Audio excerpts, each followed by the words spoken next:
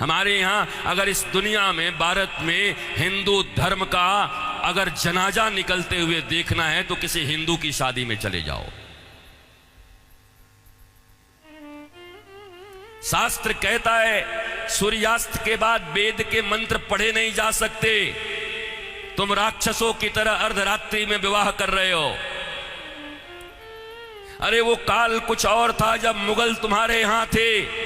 रात के अंधेरे में बहू बेटियों को उठाकर ले जाते थे, दिन के उजाले में ले जाते थे, तो रात में छुप छुप करके अंधेरे में विवाह कर दिया करते थे।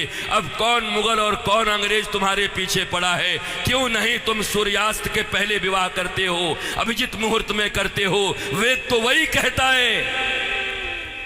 तो तुम्हें तो ये भी ज्ञान नहीं है। हिंदू धर्म का डंका लेके घूमते चल रहे हो, डंका पीट रहे हो हिंदू धर्म का।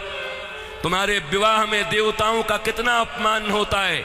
अरे विवाह में दो प्रकार के कार्ड बनाओ।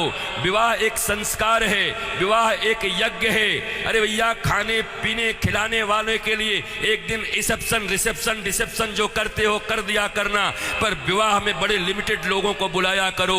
अपने अपने परिवार, वो भी जो सनातन संस्कृति को मानते हैं, पवित्र रहते हैं। विवाह संस्कार में देवता आते हैं तुम्हारे द्वारा किए गए यज्ञ के भाग को लेने के लिए। अरे नाक पोंछते हुए, कान खुजाते हुए, पता नहीं क्या क्या करते हुए अगर तुम किसी को भोजन दो तो तुम्हारा बच्चा भोजन नहीं करता।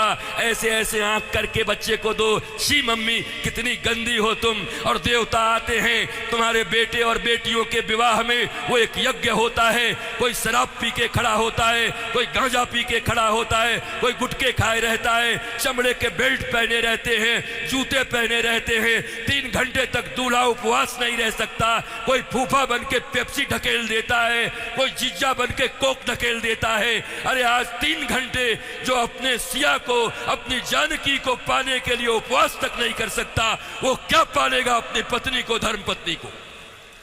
ये कोई विवाह है? ये कोई सनातन संस्कृति है? और इसी को तुम विवाह कहते हो। विवाह यज्ञ है, यज्ञ है। इसलिए हमारे यहां तलाक और डिवोर्स का कोई सिस्टम नहीं है। उनके यहां विवाह एक एग्रीमेंट है, आज हुआ है कल तोड़ देंगे। पर सनातन संस्कृति धर्म पत्नी और पति स्वामी, इस प्रकार की एक संरचना है। विष्णु और लक्ष्मी बताया जाता उनको।